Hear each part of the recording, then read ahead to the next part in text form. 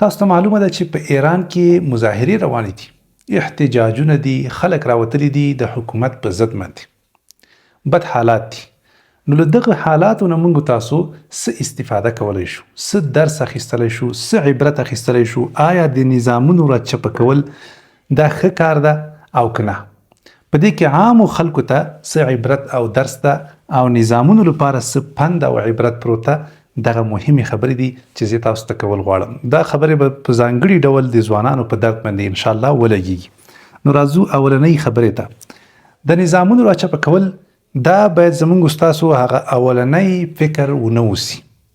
ډېر زیات ځوانان دي که نه چې هغوی سره فکر دا وي چې یاره دا حکومت نه چی نه جوړېږي، یاره دا حکومت نه دا وطن نه جوړېږي، نو بس څه د حل لاره څه د حل لاره ده چې راچپه یې کړه، د دې په ضد ووځه، تخریب وکړه، وژنه وکړه، ورانۍ وکړه، صحیح شوه که نه، او فساد وکړه په ځمکه کې، دا شی وران کړه، دا شی راچپه کړه، دې ته اور ورته کړه او دلته دا وکړه هغه وکړه. په دې کې متاسفانه په سلهاو خلک ضایع شي، څوک زخمیان، څوک بندیان، څوک مړه، صحیح شوه. نو د دوی دا فکر وي.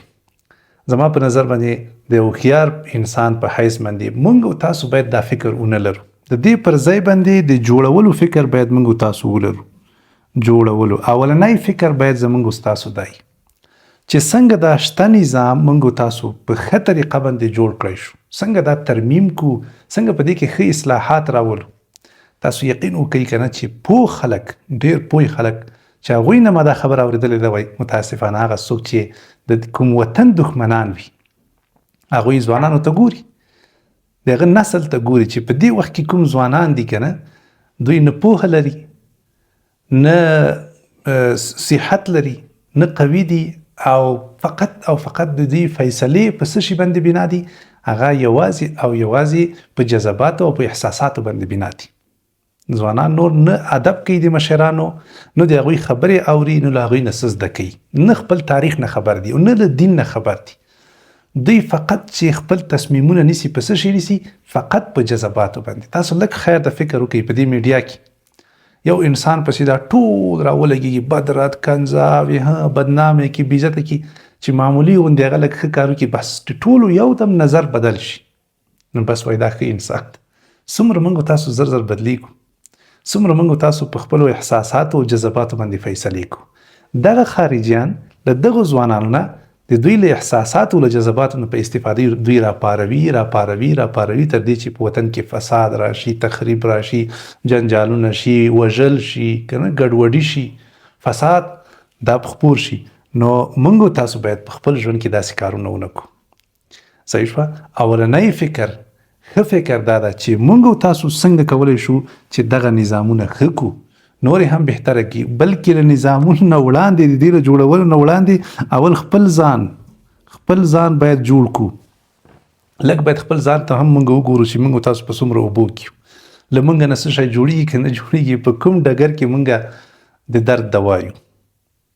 موږ تاسو اول د خپل ژوند، د خپل زندگی، د خپل ایمانیات، صحیح شوه که نه، دا مو جوړ کړي دي او کم نه دي جوړ کړي. خپل اقتصادي حالت هم لږ جوړ کړی دی، کم نه ده جوړ کړی. په دې باید اول کار وکړو، ځکه دا وطن، دا نظامونه، دا حکومتونه، دا ټول له موږ او تاسو نه جوړ دي. صحیح شوه. له بدو خلکو سره باید لاس یو نه کړو او سترګې باید پټې نه کړو. څوک غلط کار کوي باید موږ تاسو سترګې پې پټې نه کړو. باید موږ تاسو ښه کار چې څوک کوي د هغه تر څنګ ودرېږو، څوک چې بد کار کوي هغه منې کړو. په دې سره انشاءالله ورځ تر بلې دا نظامونه ښه کېږي او ورځ تر بلې دا جوړېږي. نو موږ تاسو باید اولنی فکر دا وي چې څنګه موږ تاسو اول خپل ځان جوړ کړو، باید دا نظامونه جوړ کړو. په دې کې انشاءالله ماته خیر ښکاره کېږي. نه دا چې موږ تاسو اولنی فکر دا وي چې دا وران که، دا تباه که، دا راوغورځوه، دا قتلونه وکړه، له هغه نه وروسته بیا ته کښېنه او بس بیا د جوړولو فکر شو. په دې سره په لکاو خلک، میلیوناو خلک متضرره کېږي او په دې سره حالات له اسمان نه ځمکې ته راځي، ورځ تر بلې خرابېږي. بیا له سره به ته شروع کوې او سره قم به جوړې. تاسو لږ خیر د تاریخ ولولئ، لږ نورو هیوادونو ته لاړ شئ. ځوانان دي په زرهاو ځوانانو قرباني ورکړه، خو متاسفانه کوم نظام چې مخکې اوس هم همغه حالت، هېڅ کوم بدلون رانغی. دا ځکه چې هغوی منظمه برنامه او پلان نه درلود. نو مهمه دا ده چې موږ تاسو اول خپل ځان جوړ کړو، بیا د نظامونو د جوړولو په فکر کې اوسېږو، نه د ورانولو او د تخریبولو. مهم پیغام چې په دې حالاتو کې نظامونو لپاره شته ده هغه دا ده چې نظامونه هم باید ځانونه جوړ کړي، د خلکو غوښتنو ته غوږ ونیسي، مشروع غوښتنو ته غوږ ونیسي، خلک باید راضي کړي، د خلکو د پرمختګ لپاره فکر وکړي.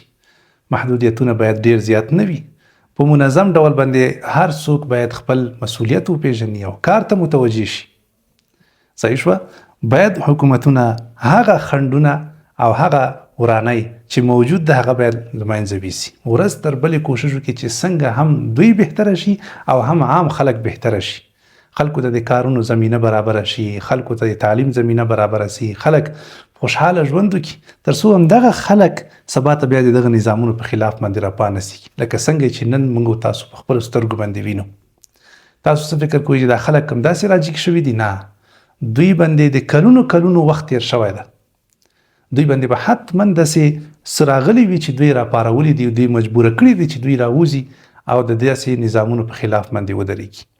نو مخکې له دې نه چې الله مکړه حالات تر دې حده ورسیږي، باید نظامونه خپل ځان درک کړي، عوام درک کړي، دوی غوښتنې هغه ته توجه وکړي او په ښه طریقه باندې انشاءالله هغوی ته قناعت ورکړي، تر څو دوی دواړه عوام او نظامونه دا سره یو وي او د دوی ترمنځ واټن نه وي، په ښه طریقه باندې انشاءالله د وطن د مسلمانانو او د خپلو نظامونو خدمت وکړي.